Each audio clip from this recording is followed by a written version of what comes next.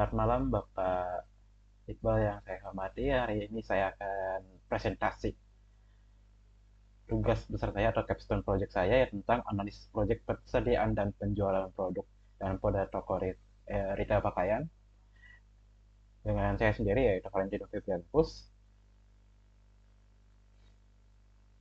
Dan selanjutnya saya akan menyampaikan ini pada latar belakang. Toko retail pakaian menghadapi tantangan dalam mengelola persediaan akibat variasi produk dan perubahan tren pasar. Ketidakseimbangan antara persediaan dan penjualan dan menimbulkan kerugian dan kehilangan peluang penjualan. Oleh karena itu, analitik dan visualisasi diperlukan untuk memahami pola penjualan dan persediaan produk.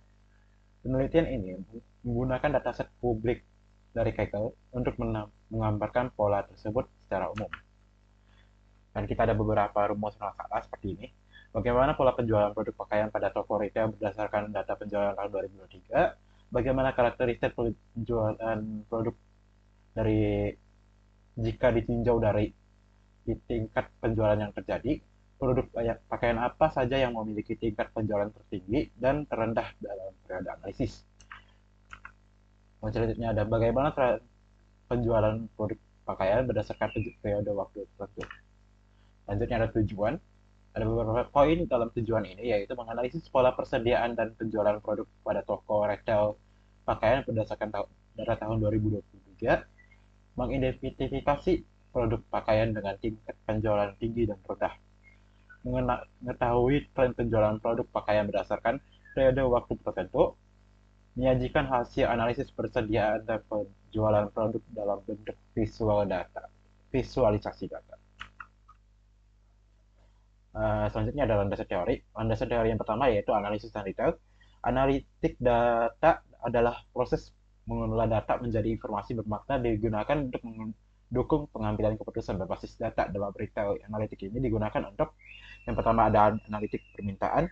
Analisis permintaan adalah proses untuk mengetahui tingkat kebutuhan untuk konsumen terhadap sesuatu produk berdasarkan data penjualan yang terjadi dalam konteks retail pakaian. Permintaan diukir dari frekuensi pembelian produk. Produk yang sering dibeli menunjukkan permintaan tertinggi, produk yang jarang dibeli menunjukkan permintaan rendah. Analitik permintaan membantu mengetahui produk yang paling diminati konsumen, mengidentifikasi permintaan dan perubahan selara dengan tren menjadi dasar dalam perencanaan stok dan strategi penjualan. Dan selanjutnya ada poin kedua yaitu evaluasi penjualan. Evaluasi penjualan sendiri merupakan proses penilaian kinerja penjualan produk berdasarkan jurnal dan nilai transaksi yang dihasilkan. Dalam evaluasi penjualan, analisis dilakukan terhadap jumlah transaksi, nilai penjualan, evaluasi penjualan dan beberapa evaluasi penjualan. Evaluasi penjualan tersebut bertujuan untuk mengetahui produk yang paling menguntungkan, membandingkan produk berdasarkan performa penjualan, mengidentifikasi produk yang perlu ditingkatkan atau dievaluasi. Dan selanjutnya ada poin ketiga yaitu pengelolaan penjualan. Pengelolaan persediaan adalah proses mengatur jumlah stok produk agar sesuai dengan tingkat permintaan dan penjualan. Dalam retail pakaian, produk fast moving membutuhkan stok dan cukup dalam berkelanjutan. Pengelolaan persediaan yang baik bertujuan untuk menghindari kelebihan stok, mencegah kekurangan stok, menekan daya penyimpanan, serta meningkatkan efisiensi operasional. Nah, selanjutnya ada landasan teori yang kedua yaitu penjualan dan persediaan. Penjualan dan menurunkan tingkat permintaan konsumen persediaan harus seimbang dengan penjualan.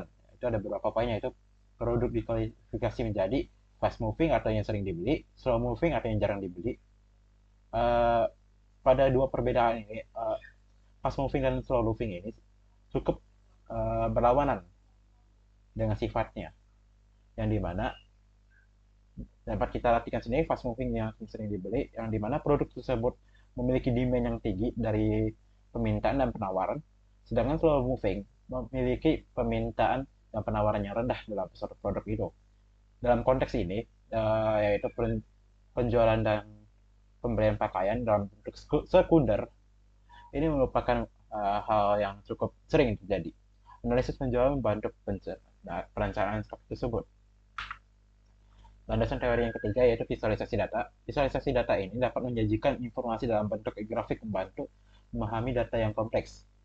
Ada beberapa jenis, yaitu jenis visualisasi yang umum, yaitu grafik batang, grafik garis, dan diagram lingkaran. Dan ketiga ini saya gunakan dalam data-data saya dalam bentuk makalah, data dashboard, maupun jurnal yang saya kerjakan. Dan digunakan untuk melakukan pola tren dan tren penjualan. Selanjutnya ada dataset penjualan. Dataset ini berasal dari Kaggle yang bernama Fashion Retail Sale dengan jumlah data kurang lebih dari 3.400 transaksi. Data ini sudah diambil dari tahun 2022 sampai tahun 2023. Dan data yang dimasukkan ini merupakan data kebutuhan sekunder atau kebutuhan yang tidak terlalu dipandang, cuman tetap dibutuhkan, seperti itu.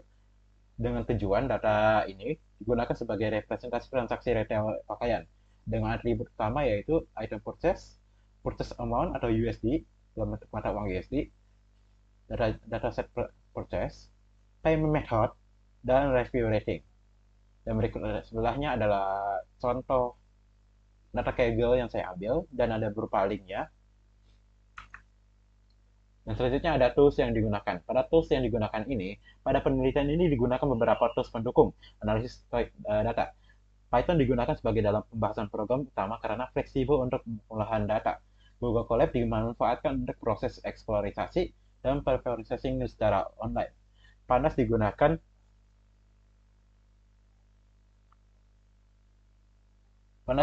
untuk manipulasi data, Matplotlib sibuk untuk visualisasi streambit, untuk membuat dashboard interaktif, dan GitHub sebagai repository penyimpanan kode serta dokumen proyek. Selanjutnya ada metodologi penelitian. Ada beberapa poin. Yang pertama itu pendekatan kuantitatif, deskriptif, analisis data sekunder, dan fokus pada pengembangan penjualan.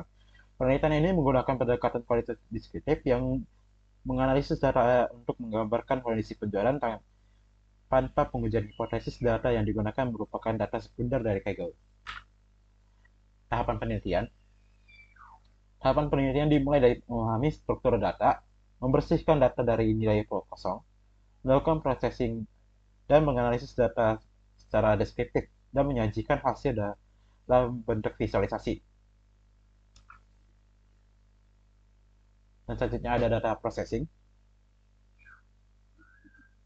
Maksud saya data pre-processing. Pada tahap pre-processing ini, dilakukan pengecekan data kosong dan penyesuaian format tanggal. Selain itu, ditambahkan fitur bulan dan tahun untuk mendukung analisis tren penjualan. Dan selanjutnya ada analisis frekuensi pembelian. Analisis ini digunakan untuk mengetahui produk yang paling sering dibeli. Produk dengan frekuensi tertinggi dikategorikan sebagai fast moving, sedangkan produk dengan frekuensi rendah sebagai slow moving. Dan selanjutnya ada analisis total penjualan. Data yang seperti ini, yang setelah gambar ini. Analisis ini menunjukkan kontribusi masing-masing produk terhadap pendapatan. Hasil menunjukkan bahwa produk yang sering dibeli belum tentu menghasilkan pendapatan yang tertinggi. Bisa saja yang sering dibeli merupakan harga yang termurah. Kurang lebih seperti itu. Dan selanjutnya ada analisis tren penjualan. Analisis tren penjualan dilakukan untuk melakukan atau melihat perubahan penjualan dalam waktu ke waktu. Terlihat dalam fluktuasi yang dapat dipengaruhi tren, tren dan perilaku konsumen. Selanjutnya ada analisis pembayaran. Analisis pembayaran ini lumayan penting dikarenakan analisis metode pembayaran bertujuan untuk mengetahui proses preferensi konsumen dalam bertransaksi sehingga dapat menjadi bahan evaluasi layanan pembayaran. Baik dikarenakan sudah dalam era digital, dapat ditampilkan sendiri pengguna kredit card lebih tinggi daripada cash. Jadi dapat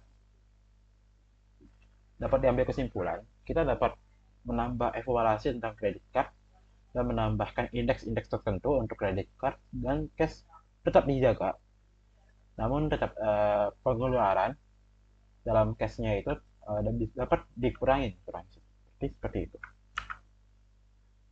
Kesimpulannya sendiri, berdasarkan hasil analisis dapat disimpulkan bahwa pola penjualan produk berbeda-beda.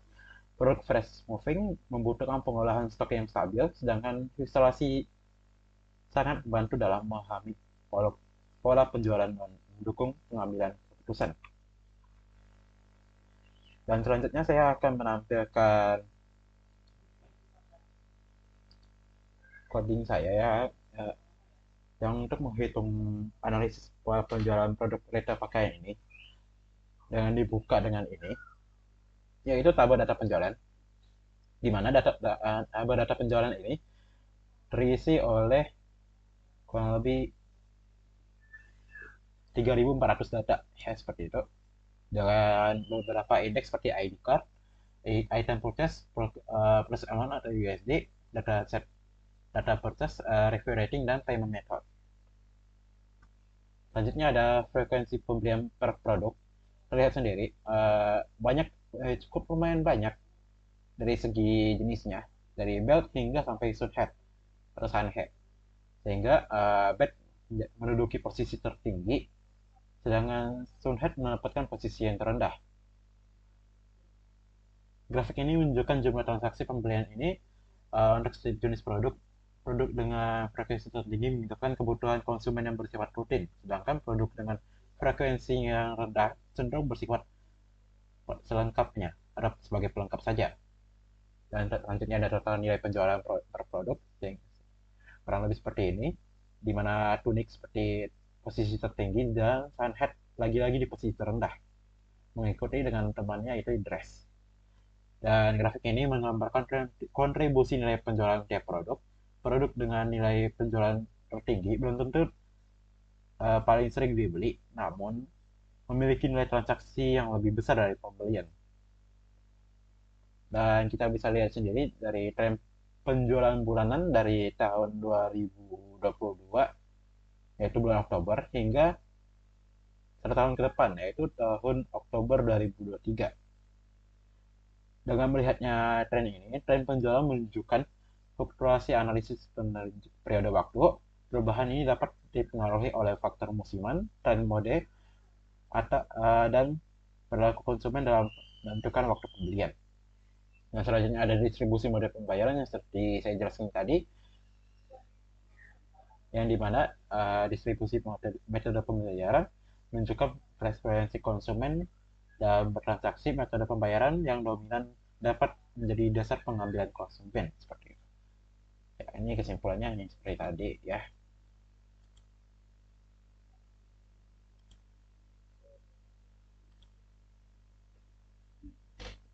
Mungkin segitu saja presentasi dari saya. Mohon maaf jika ada tutur kata yang berbelit-belit atau yang salah. Mohon dimaklumi dan mohon dimaafkan. Saya Valentino Febriantus,